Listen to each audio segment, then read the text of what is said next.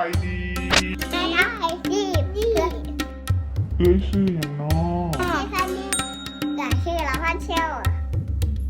น้องชื่อกะแลมเด้อ โดย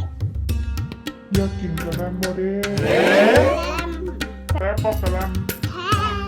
แท้ แค่มุกกับจังใส่มักกินกะแลมสิฮะ ชีพิง ว้าวสิกินค่อยบอก กินเจ้า โอ้ยช่วยดีค่อยดีบอกว่าอีต้นขบบอกว่าอีต้นขบอ จันไว้จันเก็บเวลาทำนั่ง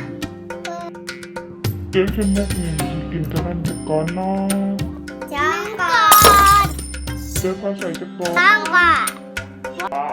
วสองก้อนคุณนะ เอาหนึ่งก่อนช้องก่อนช้างฉันเอาก่อนจะข่อยเอาช้อง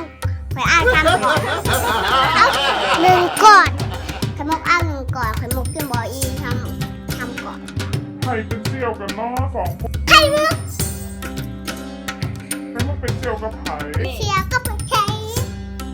ข้างกันบอ หักกัน เป็นเด็กคำหูบอ และไข่มุก ถ้าเป็นเด็กคำหูเราบซอพอซอแม่เดินเรื่อยเด้อ โดย ไปโรงเรียนทุกมือบอ โดย เฮียนอย่างแน่ อูบ้าน เฮียนอยู่ใส เพื่อนอยู่โรงเรียน เฮียนอย่างนอ โรงเรียนโรงเรียนโรงเรียนลานเล็ก ว้าวเฮียนอยู่อนุบาลอย่างนอ อ้วนขอ อ่านภาษาอังกฤษเบิ่งดู B C D E F G H I J K M O O P Q R S T U V W X Y ครับ มันเปื่อยไปเลยเด้อใครเนาะสกินกระแลมอีกเนาะ ใครนี่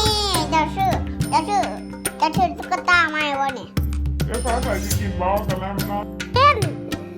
ใส่สกินค่อยแน่